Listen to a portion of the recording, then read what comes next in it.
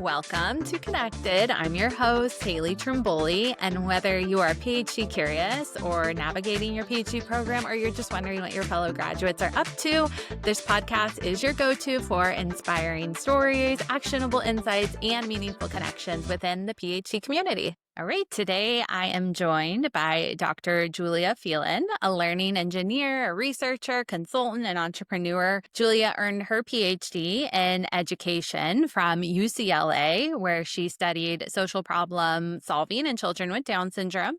Since then, she spent over 2 decades applying the science of how people actually learn, not how we wish they did, to help individuals, teams, and organizations design powerful, engaging, and research-backed learning experiences. She's the co-founder and chief learning engineer at 211, where she works with clients to improve performance, productivity, and retention through evidence-based learning strategies. So from large-scale assessment projects to corporate learning design, Julia is all about bringing clarity and simplicity to complex learning goals. I know this episode is going to leave you feeling both smarter and a little more hopeful. So Julia, welcome to Connect Ed. Where does this episode find you today? Thank you so much. Thank you. It's so nice to meet you. Yes. You are finding me I'm in Southern California in Beverly Hills, in my temporary new home for the time being. Yes. And we are getting some dreary weather. I'm also in the Southern California area, which I'm sure we are both hopeful for the sun this weekend. Yes, hopefully, yes. It's been more like England weather than I'm used to, Southern California weather for sure. Yeah, Yeah. absolutely. Well, let's just jump right into it. What initially sparked your interest in studying education and learning science at a deeper level?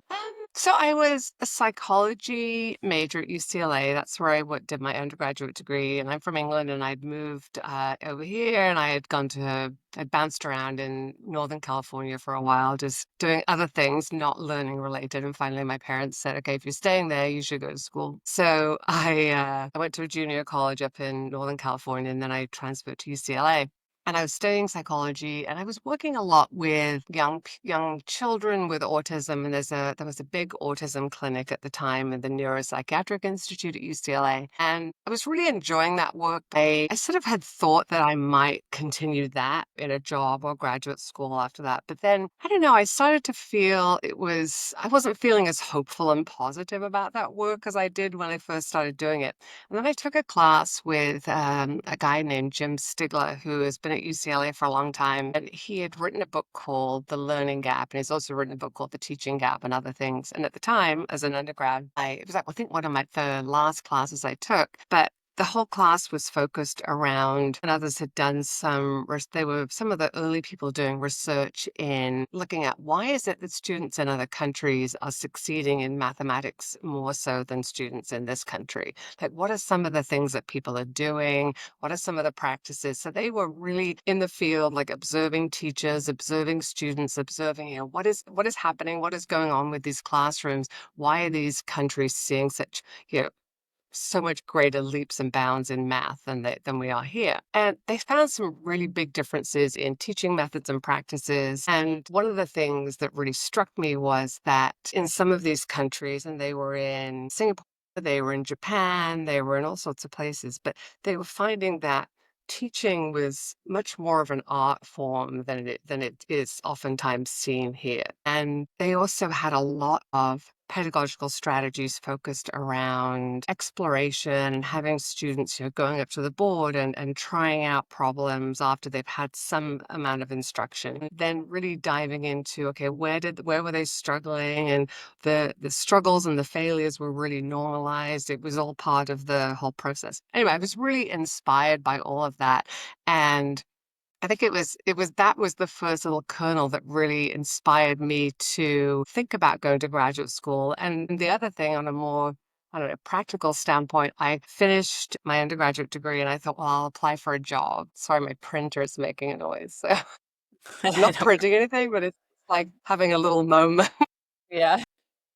I had applied for one job after I graduated from UCLA, which I did not get. And so immediately I thought, well, I'm clearly unemployable and therefore I must go to graduate school.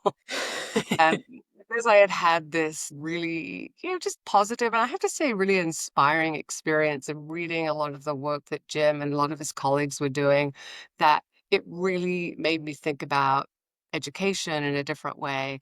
And I was interested at the time in taking, some of the work that I've been doing at the autism clinic and some of this really burgeoning interest I had in the teaching practices per se, and exploring that a little bit more. But I really started off in graduate school more on the atypical development side of the world. And then I think things shifted while I was there. Okay, yeah. So I love that there was somebody who really seemed to spark your interest and bring new light to something that might be happening differently in the global context to kind of draw you in. And is that like I was curious why you chose UCLA for your PhD, like what drew you to the program that you ended up choosing? And so I'm not sure if that was the influence or if there's more to sort of why you landed where you landed. So I think, as I said to you before, I'm perhaps a slightly different. I come from a slightly different perspective than maybe some people.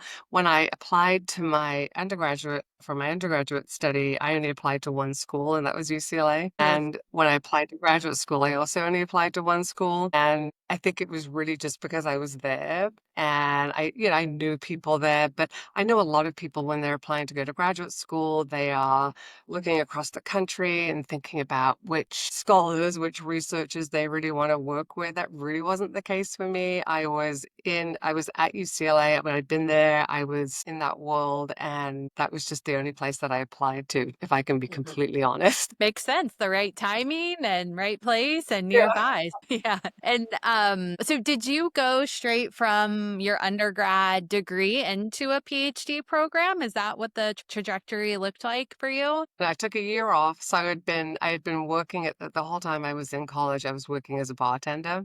So I applied to my one job that I didn't get.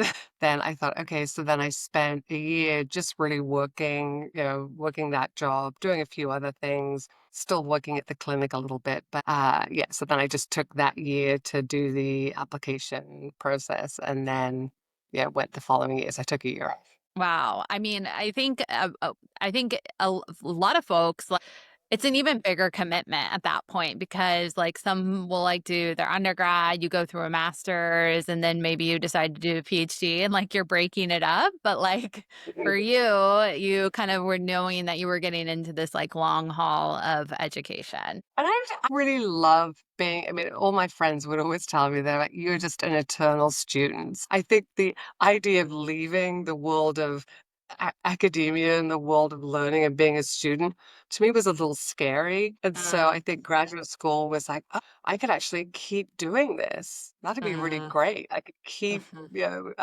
being in this environment where I'm learning and growing and all of that. And I think for me, I was very much a late bloomer when it came to really understanding how to study and learn. And, for most people, I think it's changing a little teeny bit, hopefully, but for most people, when you're in school, no one's helping you understand what are the best practices or the best strategies of how to study and how to learn. And we tend to revert to the things that are easiest, or, the highlighting our textbooks and all of those things that are a little bit more passive. And I think for me, I could always do okay, at school, and I was, cruising along, but I never really understood how to really do it, I think, until I was in graduate school. So it just took me a little bit longer to figure out how to learn effectively and efficiently. And so that was, I think, when I was in graduate school, that I was really figuring that out. Yeah, yeah. And did you have like family or friends who had pursued this level of education before and you kind of knew what you were getting into, or was it very new territory? Yes, I have. So my dad was an astrophysicist and professor, so that had been his journey. But I didn't ever really, as a kid, you don't really ever ask your parents, like, yeah, what was it like to be in a PhD program? That was never really a question that I was thinking thinking about. But my sister also did a PhD. My brother, he went to business school, which I guess is somewhat, somewhat comparable. And my mother was a teacher. So there was a lot of education in my house. So even growing up, even though I had no single clue what I wanted to do when I grew up, I did know that I was going to be going to school, and I didn't necessarily ever imagine it would end after undergraduate, but I hadn't really thought about it. It wasn't really a plan. And I didn't really know what it was like because both my sister and my father, they went to graduate school in England. So it's a little bit different. Yeah, yeah, it is. So you got into the PhD program and you earned your I've PhD, I lost you believe. on the audio. Oh, okay. Am I back? Now I hear, now I hear. My internet Yes, is also stabilizing a little you're back. bit, so bear with me. Thank you. Uh, am I gone again? Oh, you're here. I hear. I'm here. Okay, good, Now you're good. gone. I'm gone. Interesting. You're I'm okay good. now. Okay. Yeah. All right. Good thing we got editing so we can cut that out. Okay. So you earned your PhD, I believe, while parenting two young children, and one of them even a baby, I believe, during your dissertation writing. Can you share what that looked like for you, what you learned about yourself during that time? Didn't quite get that. It cut out again, but I think you said what was it like having kids while I was doing my program? Is that right? Yeah. Yeah. Yeah. So one I had before I started, and one I had during the time when I was in graduate school. So I think it definitely prolonged my time in the program for sure. Yeah, I mean, I think it was just what was happening, in my life at the time. And so I do remember one one of those moments that's probably not a proud parenting moment, but I remember I was at the point when I was finishing up my dissertation, I was finishing up the writing, and there's all this just intense work that has to be done. Not that I ever thought about not finishing it, but I remember having a conversation with my husband, who he also has a PhD, but having a conversation with him saying, oh, I don't know, maybe I should not finish it now. Maybe I should wait. And him saying, you will always regret that. He's like, you either have it or you don't, and that's like, doesn't matter if you're like almost at the point where you have it and then you don't get it. It's like, then you don't have it, and it was really, really good advice. Anyway, so I persevered and pushed through that little hump. But I remember one day, my son, who I don't know how old he was little. He was in one of those little baby swings. And I remember he was in the baby swing and I'm sitting at my desk and he's right there and he's swinging, swinging, he's happy. Obviously, I took him out like to change him and feed him and stuff. But I think he was in the swing like for the whole day, like just swinging and swinging. So not one of my biggest, proudest parenting moments, but I always remember it like me like sitting there and him in the little swing. Yeah, yeah. It's like if I'm sitting down to write this, you get to enjoy it too with me a little bit. Exactly. As long as you're happy in the swing. Okay, yeah. Yeah. Yeah, I can imagine you had to sort of navigate a lot of different territory that maybe your classmates weren't navigating as well. I don't know. I think it might have happened to other folks as well, but what a huge life shift during that time. Yeah, for sure. I think too sometimes though, when you have a lot of things going on and you have lots of constraints, it forces you to be a little bit more disciplined with your time. Yeah. I think that all the time. I'm like, sometimes I work better when I have a lot going on because of that point exactly. I have to then be very mindful of how Mhm. I'm organizing my day. Yeah, absolutely. For sure. What were some of the biggest surprises for you during your doctoral journey, whether like intellectually, maybe emotionally, or even just like logistically? Biggest surprises. I think one of the biggest surprises was how much, and the program I was in had a big emphasis on the quantitative side of things. But so I think one of the surprises was how many statistics courses I had to take. And like, so that was just a lot of stuff. And I think also I think a good surprise was when and it was now a few years ago, so I may be misremembering exactly. But when we had to do our qualifying exams within my program, we had to become you know, really, really deeply knowledgeable about three different sub areas that we were working on. And we had three different faculty members who were each experts in those three areas. And so above and beyond your thing that you were doing as your main topic, I was studying attachment theory with this other professor who was really, really into that. And I was studying like psychopathologies, I think that's what it was called, with another person who was into that. And so that was really cool for me because I love learning new stuff. And so I felt like I got this really deep dive into these different areas that I didn't necessarily expect that. I thought it might be a little bit more focused on my other topic and that would be it. So I like that it felt like a broader, more interdisciplinary range of study. So I like that. Mm. Yeah, like that you might not have explored that because you had a topic of your own interest and it sort of challenged you to go beyond Yeah. that. Yeah. And then you Yeah. studied They were social. related and connected. Yeah. Yeah. And you studied social problem solving in children with Down syndrome. Like, how did that become the focus of your dissertation specifically? Yeah, so I started out with an advisor and then I ended up switching to somebody else. And her big focus was she had been working for a long time looking at different sort of lenses, looking at children with Down syndrome. And then she had moved on to be studying children with autism, which is where I then was working with her because I'd been working at this clinic. But my master's project, which is essentially in my program, it was something that you got, along the way into your PhD program. So it wasn't like a separate thing really, but you had essentially a mini capstone project that you did for that. But for that, I was working at this clinic and I was doing a project all around theory of mind and also these young kids with autism, how do they do with like imitating certain actions that are real versus like more abstract? But I'd been working on that and it was again kind of leading me more towards this. What are some of the adaptive type behaviors that we tend to see in different kids? And so one of the things that there'd been a lot of work on with kids with Down syndrome, children with Down syndrome, I should say, is that they have very, very positive affect a lot of the time. So they're very smiley and happy. And sometimes that can be difficult because if you're looking sad and I walk up to you and I'm like beaming, smiling, I'm like, hey, what's going on? It might be like it kind of doesn't really match. And so I was interested to see, is there anything around that is causing some, sort of issues with the relationships?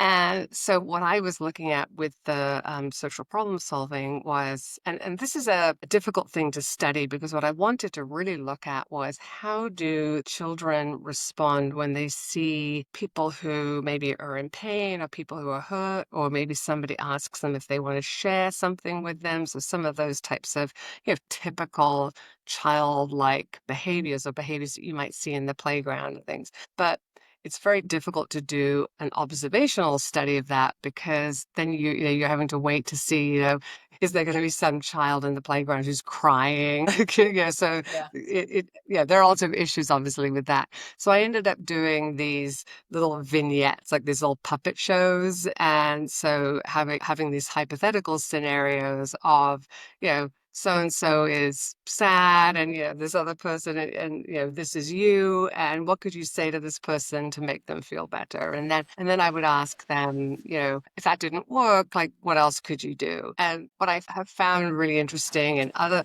projects working with other populations is there's a really interesting thing that happens with, if I say to you like, what's the capital city of France or something, and then you tell me Paris, and if I say, do you have any other ideas? Right? Or something like that, then your assumption is you got it wrong, right? Because otherwise, why am I asking you? And I felt like a lot of these research protocols that we were using, and this is now, back in my master's project, that we would ask a question, and even if the child got it correct, we'd ask them another question that was essentially the same. And I always thought that was really strange because I thought, well, are they thinking like, well, I already answered that. Did I get it wrong? And they would change it. And so I was just kind of playing around a little bit with some of the protocols and some of the questions too, to make it perhaps a little bit more realistic. But I just wanted to see, what are those tendencies for these students to be able to identify people who are, maybe feeling sad and what they could do. And because what you tend to find, and again, I don't want to generalize, but sort of a lot of the themes that come up are some of these young children will almost use like party tricks or like try and like be happy and smiley to kind of, get past a tough situation. And then what might be the ramifications of that when they get older and things get a little bit more complex and sophisticated. But I really Mm-hmm. ended up not staying in that research area or that area in terms of my work, primarily because I was working at the time at a research center on campus. So I was doing my graduate studies, and I also had a job at at a place called CREST, which is the Center for Research Evaluation Standards and Student Testing. And so while I was there, and that was concurrent to me doing my PhD, I just started getting a lot more interested in more of this like teaching and learning aspect of things. So that was really where my path kind of ended up moving to. Yeah, that's fascinating. And I know you said that the quantitative aspect was surprising to you and taking statistic classes. Did you end up taking a quantitative approach to your research, or like do you have Yes. a desired research approach now? Do you lean more quantitative? Do you use qualitative or both? I definitely use quantitative methods in for my PhD, but yeah, I mean, I think that, and then another big interest of mine that emerged, I don't know how many years later, was learning all about item response theory. And so I've done a lot of work in that area too, as it relates to adaptive testing and adaptive learning platforms. And so really thinking about, lots of people use the term adaptive learning, and what they really mean is more personalized. But when you have a truly adaptive testing or an adaptive learning system, then it's based in an IRT model algorithm, informed algorithm, which can be really cool if it's done in the right way. So my husband and I did a lot of work. He had developed an adaptive learning platform, and so we did a lot of work on that. And so that was another fun area of statistics that I hadn't known a lot about. And then one of the people I was working with at Crest, also he is like one of the big experts in that. So I got to learn a lot from him too on that. So, yeah, yeah. I kind of lean Fascinating. a little bit towards that, but I like to. Yeah. Yeah, that's fascinating. I just noted that down, so I'll have to look into that a little bit more. Thanks for sharing that.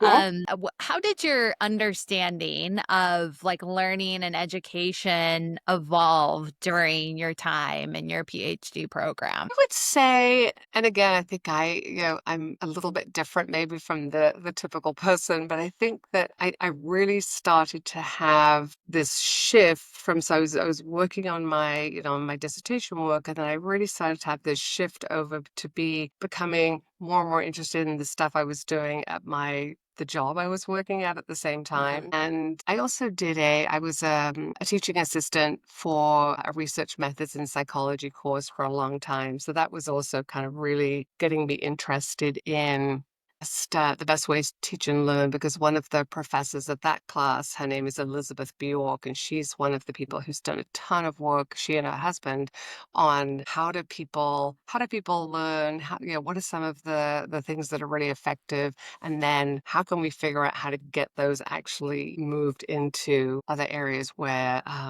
they can actually be implemented and used effectively and efficiently. And they would do a lot of studies with undergrads, one of those things where you could sign up, for the $10 to do a study, but just all sorts of things around retrieval practice, and how can you help people, study in different, look at how people are studying in different ways and figure out what are the best ways to be doing it.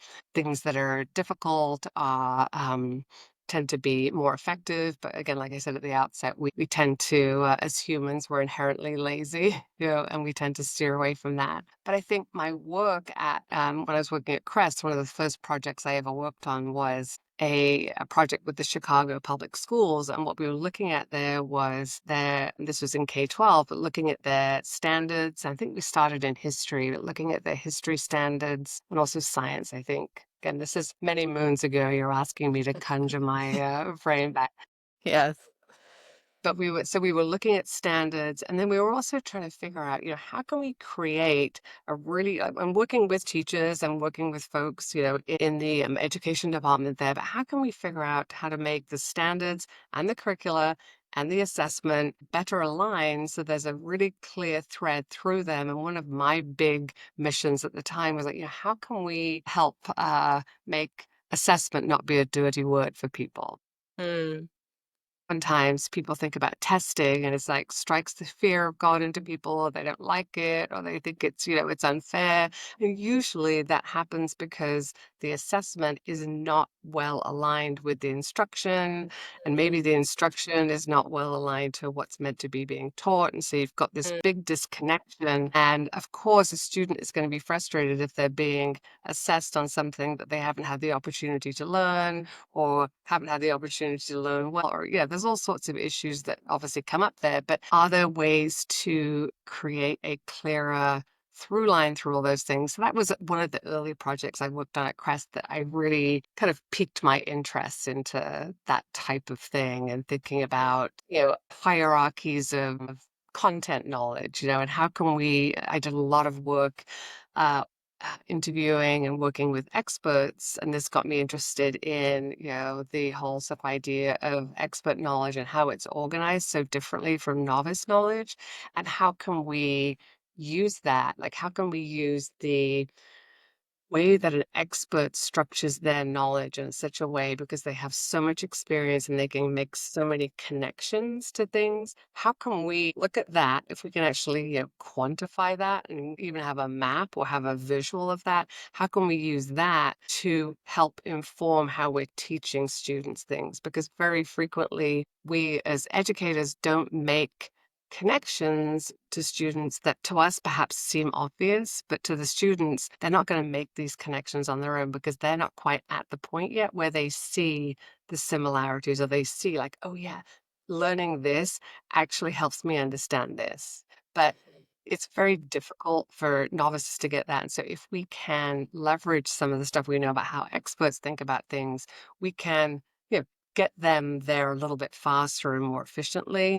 I did a lot of thinking and work on those areas too while I was there. Amazing. It seems like you were able to take a really systematic approach and take a look at different components sort of holistically within the education learning space and do some great work with Chicago public schools and others. So that's fast. Mhm. That's Yeah. great. Yeah. Yeah. So then so you get through your PhD program, and after graduation, you didn't follow the traditional tenure track route. So Yeah. how did you start building your career beyond academia? Did you have aspirations in the beginning to do the tenure route, or was that always you had other things in mind? Yeah, that was never my dream, never my goal. But again, I was always the kind of person who, and I'm still am to this day, I think, who I I value putting myself in environments and contexts where I'm learning stuff, I'm being challenged, I'm having new experiences, I'm meeting people. I'm not so laser focused on, okay, this time in 5 years I want to be here, or this time, because I think for me, particularly back then, but I don't know. I don't know what the options are. I really I don't know. Here I am, and I'm like, I don't know. Like maybe I could do that. Maybe I could do, something else. So I'm a little bit more of a kind of in the moment. I'm discovering things and then I'm making decisions. So at the time I started working, I became a research scientist at the center that I had been working at. And so there were a lot of people there who were similar to me, who had been to graduate school, either at UCLA or other places. And so that center is more of a think tank type of environment where we're doing a lot of different research projects, all sorts of different shapes and sizes at the time, a lot of big federally funded grants that we had that were, 5, 6 years, big projects. So I just started working there. Really loved doing that work, primarily because when you have something that's pretty long, like a long-term thing, there's a lot of opportunity to, really get it right from the outset. We did a lot of pilot testing of things, of whatever we were doing. We did some big intervention studies, but we just had a lot of opportunity to get it right before we got actually into our big main studies. So, I did a big project looking at formative assessment practice in math teachers in middle school, but we did a lot of work with, and we really focused primarily on professional development for the teachers, helping them be better consumers of data that they were getting from their students. But what I loved about that was we had the time and the bandwidth to be collecting a lot of actual assessment data from students, analyzing it and then using those response patterns and those data with the teachers to say, okay, if this is the profile of responses you get from your class, what would you do differently? Or what would be your next steps? How would you move forward from this? And that's what we tend to find is the stumbling block for a lot of teachers is they have, they could teach something, but if it's not quite going the way they want it to go, or if the students aren't, or maybe even some subset of students aren't quite getting what they want them to get, they don't necessarily always have the right tools to think, okay, what else could I do? If I did this, it didn't work, what else could I do? And so we were focused a lot on that, like helping them identify different patterns of responses from actual real students who weren't theirs, but they were, comparable, and then helping them think through what are some other strategies that you could use. And then we were giving them specific instruction on using them. So that was a really great project because it was long enough for us to really sink our teeth into. Yeah, that's amazing. I imagine that people don't quite realize like how long these some research projects take. And I like hearing from you of like that's sort of the gold in it, like the fact that you get that time to really have some really valuable data to then make those interventions to see the impact with those teachers in this particular situation. But I think like if you hear that a research project is taking 5 or 6 years, like for certain people, maybe in certain industries, you'd think like, oh my gosh, that's so long. But like, I imagine within that, you just get such rich data and get to really make a nice impact there. Yeah. Also, too, it's, people would always ask me, what's the most difficult thing about doing educational research? And my answer always was, and I think still is, it's really difficult to get people to do it. And so everybody wants the outcome and everybody wants to know if you have a new educational initiative, everybody wants to know, well, does it work? Is it good? Is it better than what we were doing before? Those are the questions, which are great questions. The only way you can answer those questions is if you've actually done a research study with real students and real teachers. And so then if you wind back that a little bit, you actually have to find some real students and real teachers who will engage in that. And that can be a real challenge. So I am deeply, deeply grateful always to all of the teachers and students across my whole career who have participated and volunteered and been a part of that because, I think about it when I go to the airport, that the airport in Los Angeles is not a great airport compared to some other countries. And you go to the airport, and I feel like they're always trying to make it better. They're always, trying to improve it and doing these big construction projects. And I think, I don't really want to be there when the whole airport is like taken apart and there's plastic everywhere and dusty and all of that. But I do want there to be a nice airport. So I have to suffer through that, right? So same thing.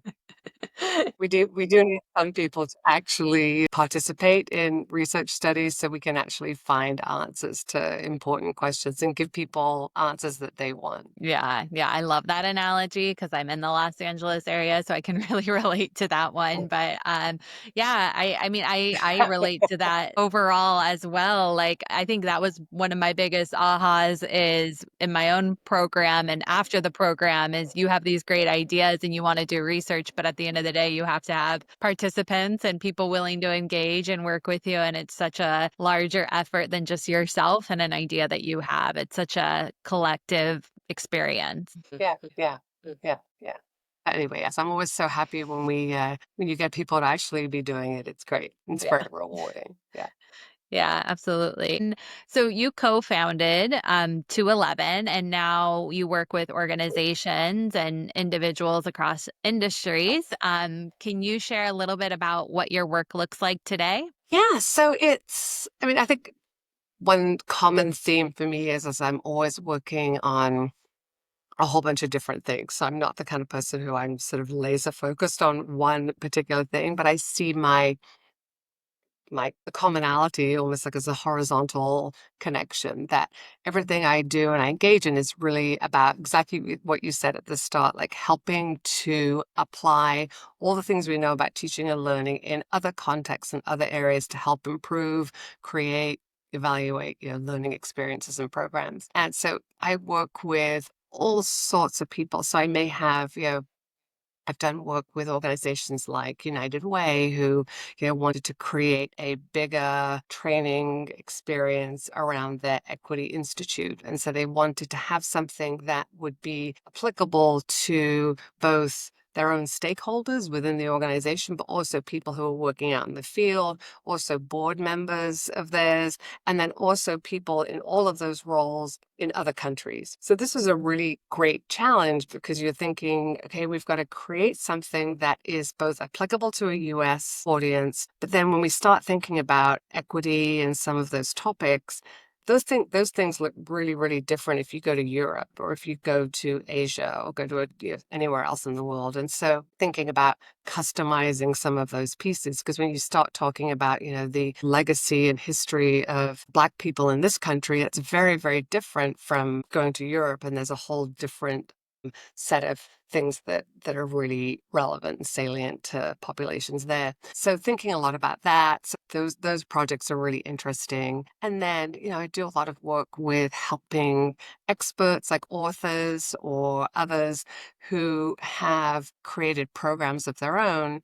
and or maybe they've written a book and they want to create some sort of learning experience focused on that book. Or maybe they have a workshop that they usually give in person and they're thinking about creating something that could be delivered asynchronously. So I work with people in those types of situations and help them to figure out, what's the best way to translate my expertise that I put into this book or this other workshop or whatever that might be into something else. What are the things I need to pay attention to? Because outside of the content expertise, most people don't have a deep understanding of the best ways to teach people things, because why would they? So it's helping to bring those two forces together is really, really at the heart of a lot of the work that I do, because I think if you imagine, a lot of people will think, well, yeah, it can't be that hard to teach somebody something. We've all been to school, we've all had varying levels of exposure with educators, but I think similarly, we've all been to the dentist a million times, but I don't imagine that I would know how to be a dentist just because I've been to the dentist a lot of times. But I think with teaching, it's not quite like that. So that's one of my big missions, is to help others really understand that the practice of teaching is really an art, just like these teachers in China and Japan were demonstrating that it's something that can be learned and honed and can be made so much more effective if we know the right things to do. So I like to sort of marry that with other people's expertise to help them create great learning experiences. And then sometimes it's evaluation type work too. So sometimes it's someone's already doing something, and then I come in and help them figure out, well, is what we are doing working? And if it's not working how we want it to work, how could we perhaps improve it so it could be more effective? Yeah. Wow. I love this. I've talked to a lot of folks who have gone into a teaching track in academia after their PhD in their content area and hadn't ever gotten training or any Yeah. experience really teaching. And it's just very eye-opening, I think, when you are in that position. And I just find the whole thing very fascinating. So a lot of work to do in that space, I think. For sure. Yeah. And it's odd, right? To imagine, like, why would you imagine that someone who has a PhD in chemistry would know how to teach that? I mean, it seems somewhat ludicrous, right? That you would imagine that would be, just like that you're just going to absorb that along the way and without giving any kind of formal training. I think, oftentimes graduate students will have the opportunity to,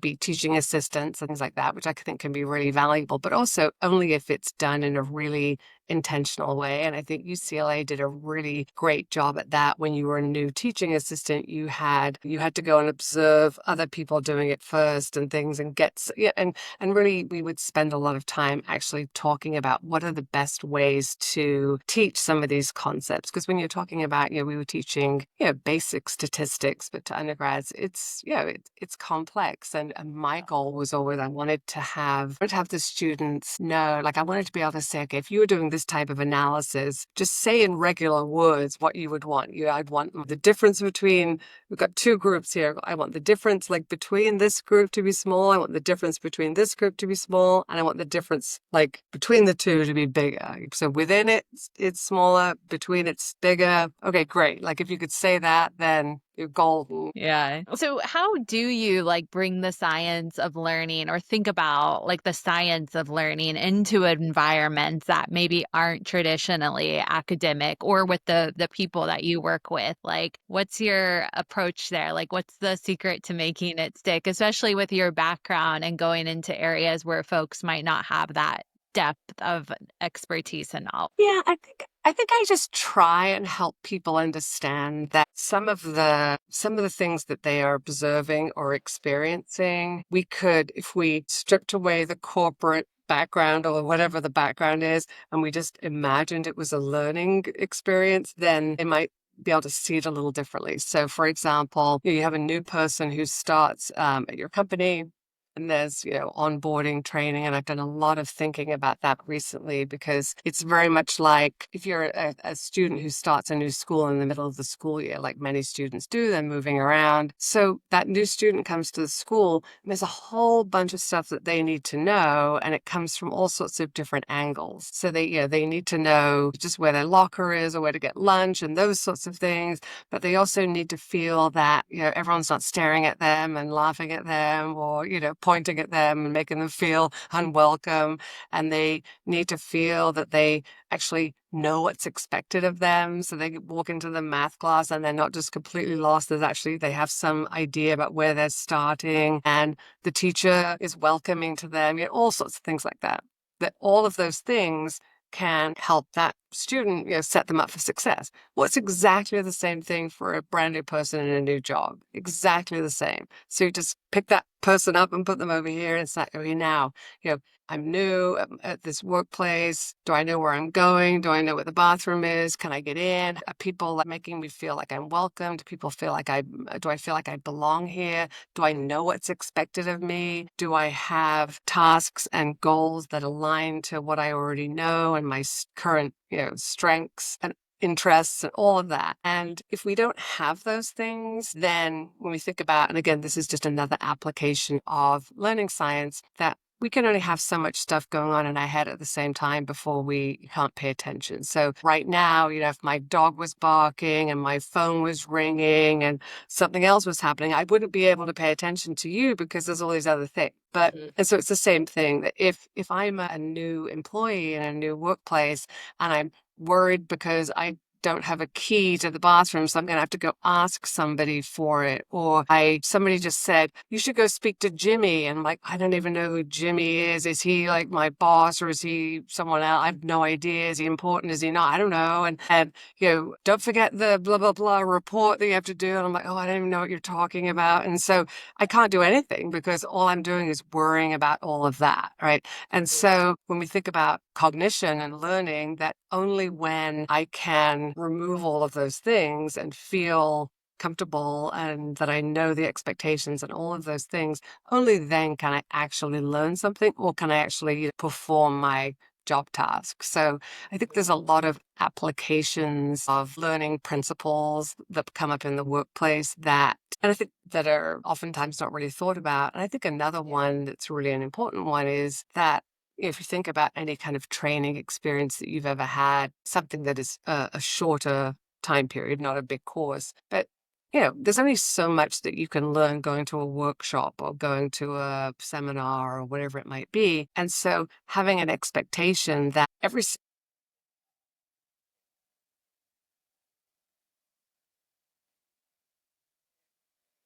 yeah, yeah.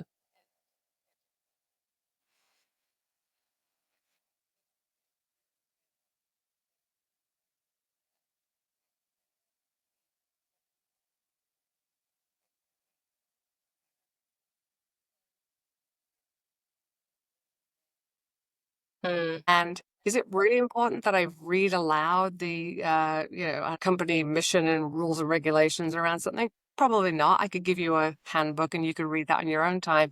What yeah. is it that I really need, like this person to be there to tell you? So lots of things Mm-hmm. like that. Yeah, yeah. And I think like what you had said, and that is like things you don't think of like in industry, or that there's so much like there's ways to do these things and science to back it up and to really at the end result to create a better outcome, which I think is like always the standard for businesses. And I think like at the end of the day that it does create a positive impact for employees to go through learning experiences, onboarding these different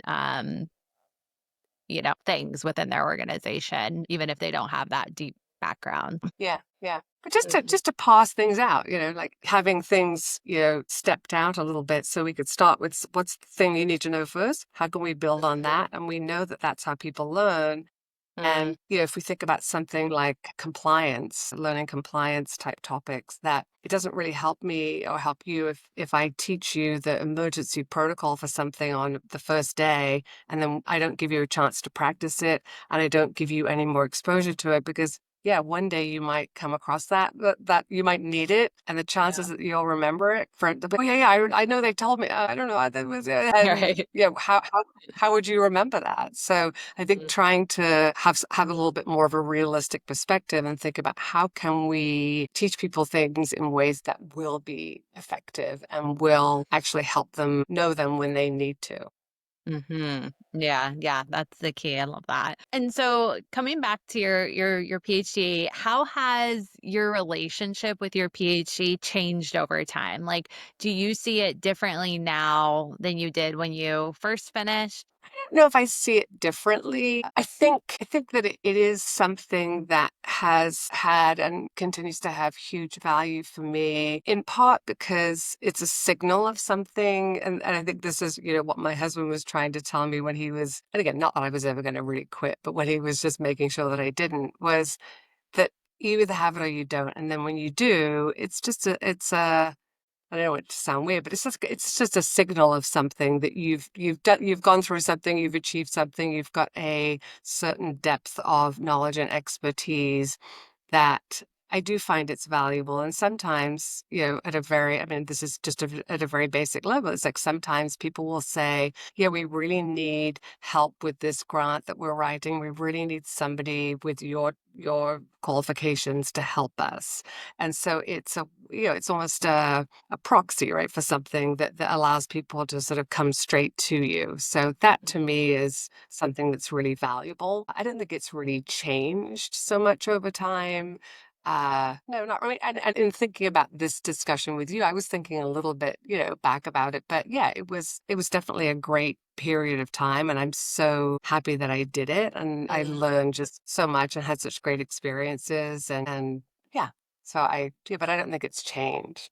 Mhm, mhm. Yeah. Well, that's great. I appreciate that. So I have two final questions that I ask every guest, and I'm gonna jump Okay. into now. The first one is, what's one book, podcast, or article that every PhD student should either read or listen to? It was very hard for me to think about that because I was thinking, wow, there's all these different disciplines and, all these different potential pathways that people are going to go on. So I will perhaps betray some sort of bias in terms of the program, the area of study I am in. But I was thinking about there's a book called How People Learn that Bransford, Brown, and Cocking, I think, are the three people. I may have them in the wrong order. But that to me was a really fundamental, foundational piece. But again, perhaps because of the area that I'm in, but it gives a lot of really great foundational information on that, and just is a really well researched volume. So I love it.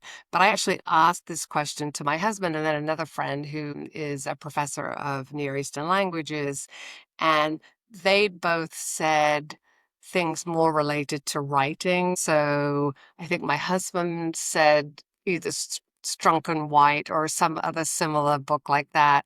And then my other friend said I think it was a Steve Pinker book that's about writing or language. I think I'm right in saying that's the book that I even emailed him right before this to ask him, like, what was the book that you said when I asked you that?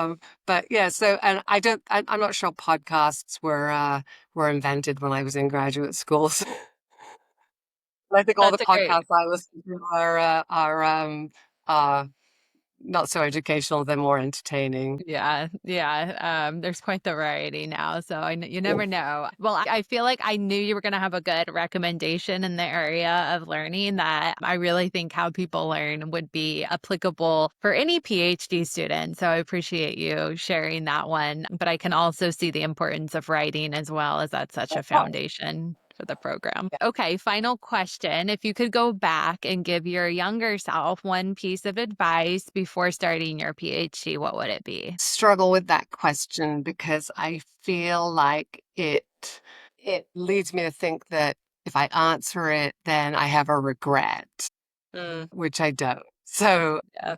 I'm not sure. I'm not sure exactly how I'd answer that. I think that if I think about, more of maybe it's a lesson that I learned. It really is around thinking about when things don't go well. So maybe this is what I would call myself. But if things don't go well, to really be sort of get comfortable in distinguishing failures and missteps and struggles and being able to sort of separate the things that you can learn from and the things that are just, things that just happen. And it was sort of neither here nor there. And there's nothing really necessarily that you could take away from it. But if there is something that you can take away from it and learn that perhaps can make you a better person in the future or help you make better decisions in the future or whatever it might be, to try and really think about that in an intentional way, and not let those things just sort of sail by. Because I think for me, if I can really reflect on those events and think about what happened, how did I feel, then the next time something like that happens, I feel like I'm just a little bit better equipped to deal with it because I know I got over a similar thing previously. I knew how it felt at the beginning. I knew how it felt after. And if it feels similarly, then it doesn't quite feel so insurmountable. I think, otherwise it's easy to, I think, perseverate a little bit when things aren't quite going well. But if you can keep remembering those things, I think it helps build up that resilience muscle. So that's probably what I would tell my younger self, like not to perseverate too much if things aren't going well and to remember how you resolve them. Yeah, I think that's amazing advice for any PhD student to hear as well, because you will go through a lot of challenging times. So I appreciate you sharing that. And thank you just so much for sharing your story here on this podcast and the journey you've gone on from UCLA to building and designing learning experiences out in the world. It's really, I think, a powerful example of how research actually comes to life beyond academia. So a big thank you. Before we sign off, where can people find you, follow your work, or get in touch with you?